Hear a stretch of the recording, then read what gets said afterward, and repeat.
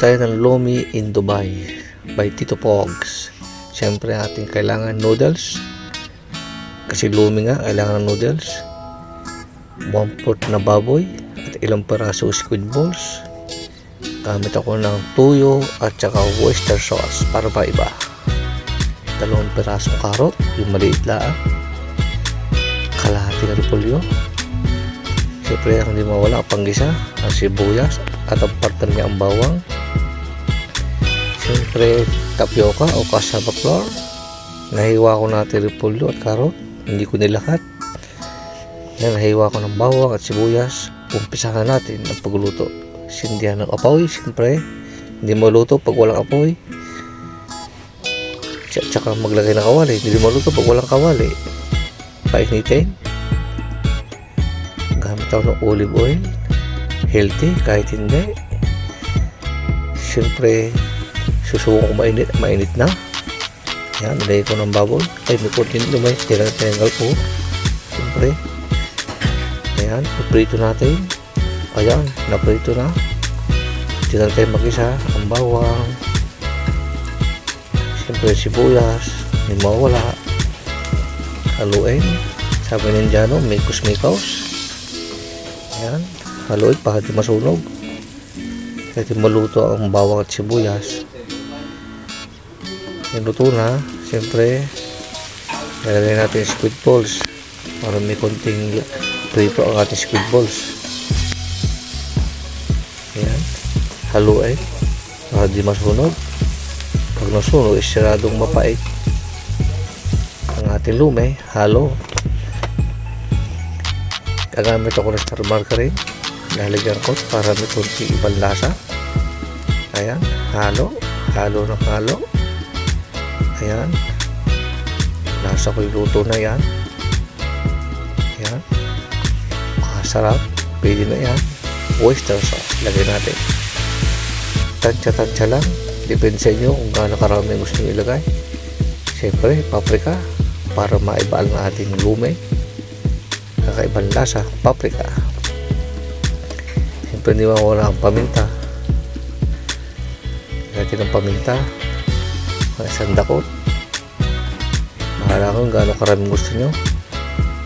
Siyempre ang ating hindi mawala sa ating panluto, ang ating bitchin. Ayan, naparami. Ayan, siyempre gagamit tayo ng tuyo. Ayan, tante-tante lang. Baka mapaalat. Ayan, haluin para lumasa ang ating mga nilagay na sangkap, ang ating pampalasa. Halo. Siyempre lagay natin ng tubig. Ayan, tama na kalate na may magdagdag. Tansya, halo. Haluin. Halo ng halo. Ayan, natin kumulo ng mga 10 minuto. Siyempre nalimutan ko ang itlog. Ayan, dalawang itlog ginamit ko, pa isa. Ayan, mix lang. Siyempre ating pampalatot.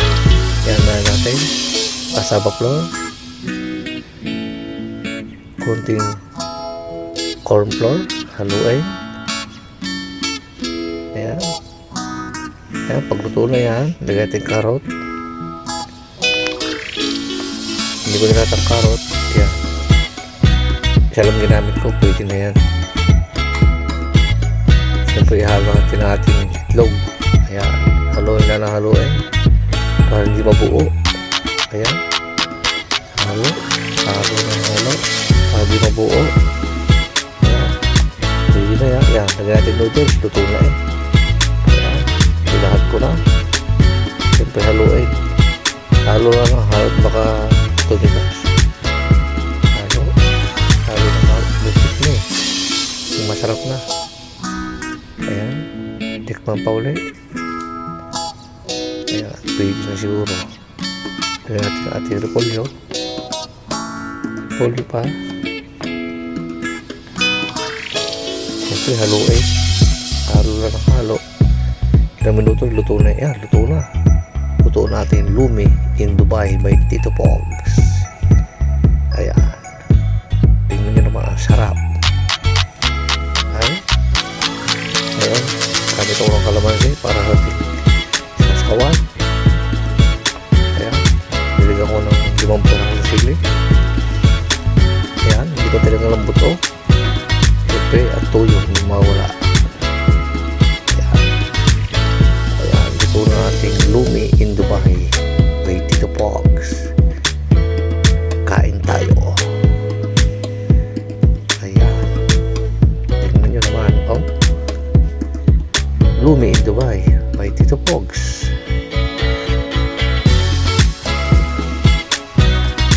Kain tayo.